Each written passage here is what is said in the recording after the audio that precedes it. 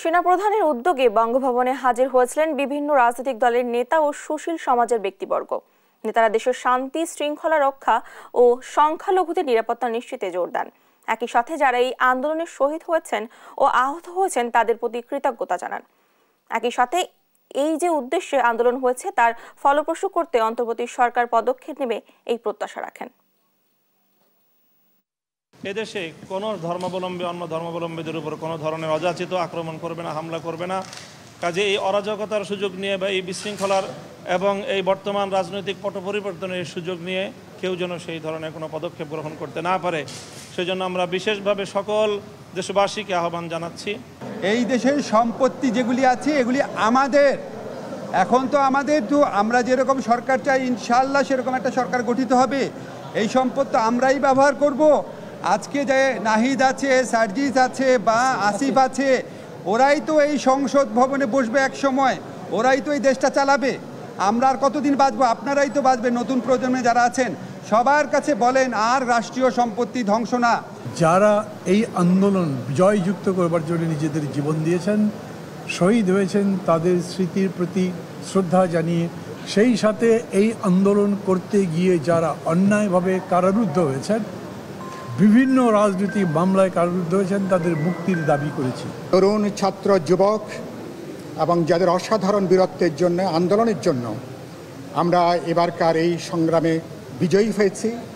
আমরা তাদের প্রতি আমরা শ্রদ্ধা জানিয়েছি। আমরা যে বিজয় অর্জন করেছি সেই বিজয়টা খুবই দ্রুত যাতে এটা হতাশায় পরিণত না হয়, যাতে এটা জাতীয় বিপর্যয়ের জায়গাটা নিয়ে না আসে, সে ব্যাপারে আমরা দেশবাসীকে, ছাত্র, তরুণ, যুবক সহ সবাইকে সচেতন থাকার জন্য, ঐক্যবদ্ধ থাকবার জন্য আমরা আহ্বান জানিয়েছি। ছাত্র তরুণদের দাবি অনুযায়ী, রাজনৈতিক দলসমূহের দাবি অনুযায়ী একটি অন্তর্বর্তীকালীন সরকার গঠন করতে হবে।